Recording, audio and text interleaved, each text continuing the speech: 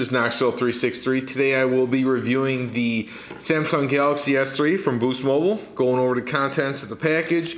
You get your normal phone charger, and now they include a nifty little box thing that has your package sent in your old phone if you want to dispose of it. A simple get started, activated, general terms of service, and a user guide for your phone. Some new addition that they have added to the packaging is a hands-free device, which is similar to just a set of headphones, but now has the volume rocker and a power button to answer phone calls while you're driving. So I thought that was pretty cool. Checking out the actual design of the phone, it has a 4.8-inch screen, which is the largest out of all the phones that Boost Mobile has offered before. 2-megapixel camera in the front, physical home button now instead of touch capacitive buttons.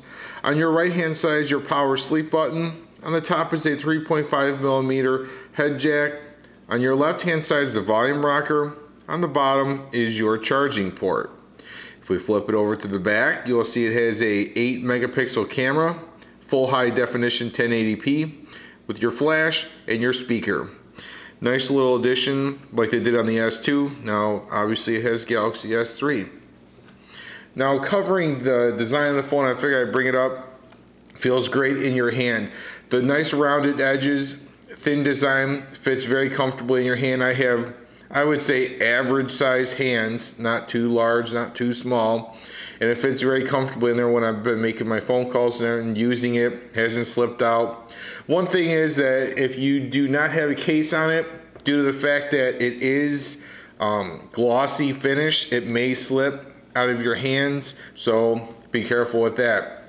Another thing is the power sleep button and the volume buttons were just perfectly placed. When you're holding it in your hand, powering it on, powering it off, now you can use your home button, which you weren't able to before. It didn't have a physical button. And the volume rocker, they lowered it down a bit, opposed from the S2, which is a little bit higher up.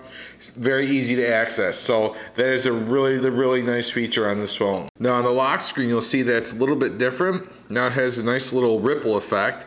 Has your little shortcut menu here. So if you swipe from your messaging, it'll directly open up your messaging, internet, camera, etc.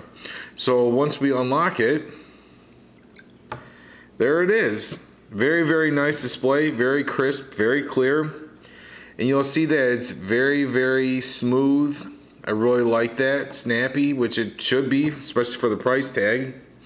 If we go on to our settings, about device, it's running Android version 4.1.2, which is Jelly Bean.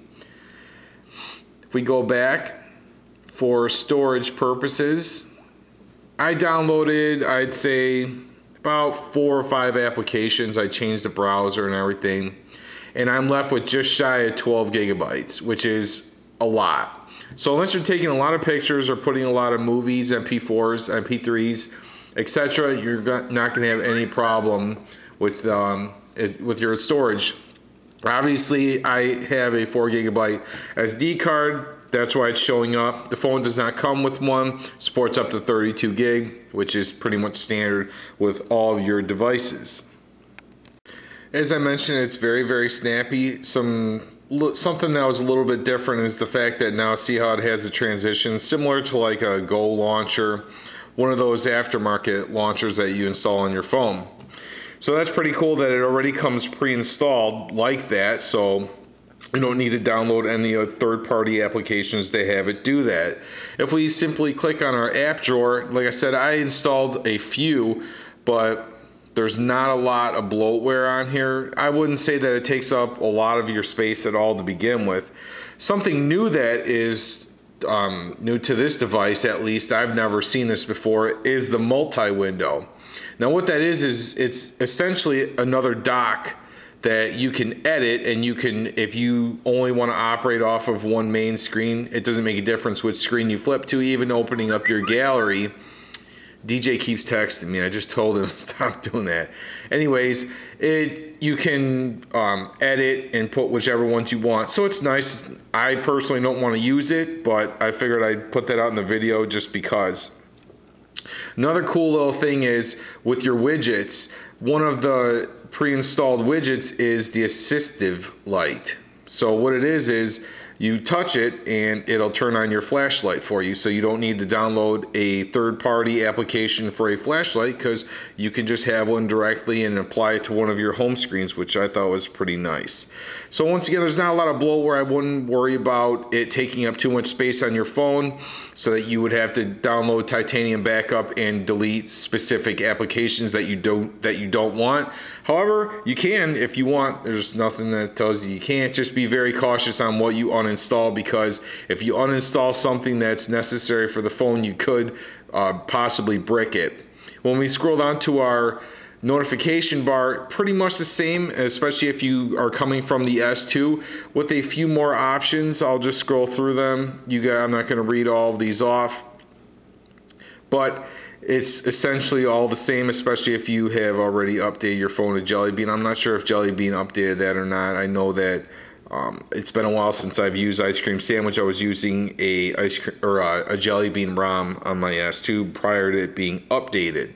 If we go ahead and flip over to our camera, there it is, a front-facing 2 megapixel camera. Hello. If I go ahead and flip that back, you have the option to record in normal or limited.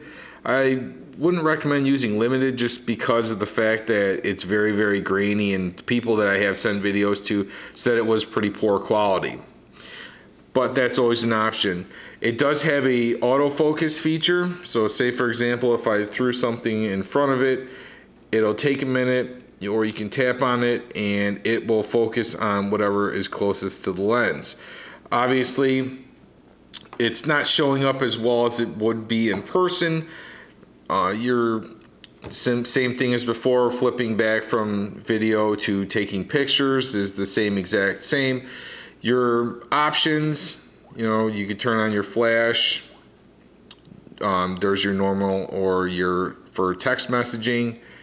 Your effects and the settings, I'm not going to, you could just read them as I scroll through them here really quick.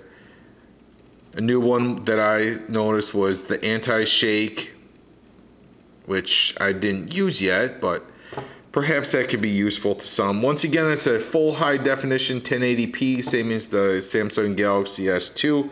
The only difference is now it has a 2 megapixel camera in the front. The one on the S2 is just beautiful. I can notice a slight difference on the front camera, but the S2 camera was just fine. Your notification light shows up over here on your left hand side. Now the cool thing is if you download an application called Blink, all right, now what this does is, see if I can go back. All right, I will just go ahead and select the color, which I can't go back to my menu now. Okay, well, when you first download the application, see if I can get it through. Okay, here it is. When you first download it, this is what your screen will look like. And before, with your S2, the only options you were able to use that came on the phone were blue and red. Now you have green, so you just check it, power off the phone, and now you can see it flashing green. So you would just simply hit save, and I thought that was pretty nice. And it even has purple and turquoise if you like those. I just use the different ones just because of the fact that, no, it may be showing up blue on camera, but it's not. I'll even quickly go through blue here just so you can see the difference.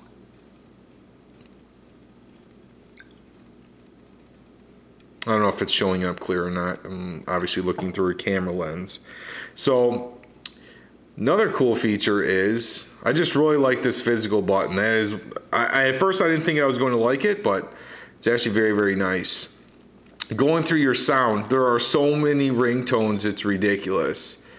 I downloaded the program Zedge, which I always recommend in all my videos. It's a great, great program, or application rather, for your ringtones, wallpapers, notification sounds. Really cool. I mean, just look at all these. It's ridiculous. Now, the thing is a lot of these are like nature sounds, something that you probably wouldn't use, but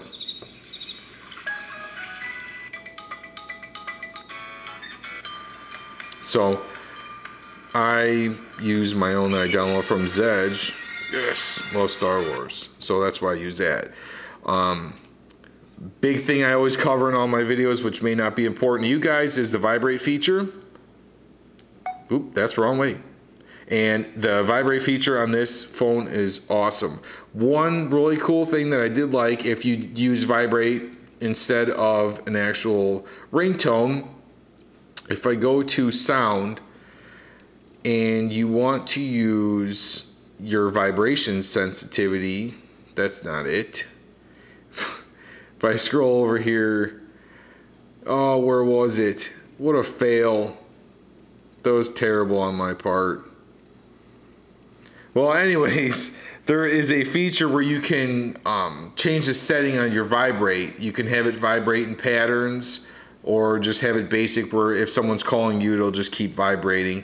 But that's just one big thing that I really like. As far as your keyboards go, there's really nothing spectacular. It comes with just your basic ones, the Google voice typing, your Samsung keyboard, and swipe. Obviously, there's aftermarket ones you can download. I like SwiftKey because I like the neon blue design. That's what I really liked. Overall, a fantastic phone. The battery life on it, I powered this on after 100% at 10 p.m. around 10 o'clock at night last night when I got to work. It is now almost 12:30 the following day, and I am at 39%. Granted, this phone is brand new, so I would expect that the battery would be really good, but it's a 2100 milliamp battery, and I believe the S2 had, in the new HTC, they had 18 or 1900 milliamp batteries, so I am not far from complaining about the battery life on this S3. Now, here's my only complaint on the phones here, really short. I'll tell you what I dislike about the phone. First of all, it's white. As you can see, I have here my S2, which is white. I take really good care of my phones. Then again, I don't have them for a very long time because I always swap them out. But I mean, you can see it looks brand new. The only thing that has, I think there's a small mark. Yeah, right here on the top. Oop, right there by the headphone jack. Other than that, I mean, if you take care of it, it's not going to discolor or anything. Maybe if you leave it in the sun or something. But I'm not a big fan of white phones. But that, which obviously that's not really a complaint because that's by choice that it's white. But other than that, I mean, there's really nothing else I have to say about this phone that I can complain about besides the price tag. I will say this much. My coverage of LTE is a lot better than the 4G WiMAX on the S2. Your area might be different than mine.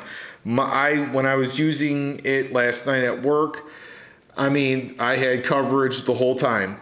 And everything loaded up so much faster due to the fact that it has a dual core 1.5 gigahertz processor. I think I said that right. If I didn't, so apologize. You can tell the difference basically. That's the bottom line. I mean, the phone is just fast, which it's, I don't feel that, you know, $400. I do feel that's a little hefty, but then again, I mean, the S2 when it first came out was what, $300, so it's an extra $100 for the newest phone. Now, the S3 has been out for a while now on other prepaid carriers and obviously contract companies, but you know, and I noticed on my last video, people were, oh, that's old news, this and that. Well, I don't understand why you're clicking on a video of something that you just want to complain about. But anyways, thank you guys for checking this out, and I will be doing a comparison video between the S2 and the S3 directly after this one. It'll probably be uploaded tomorrow though. Thank you guys for checking this out, and I will catch you guys next time.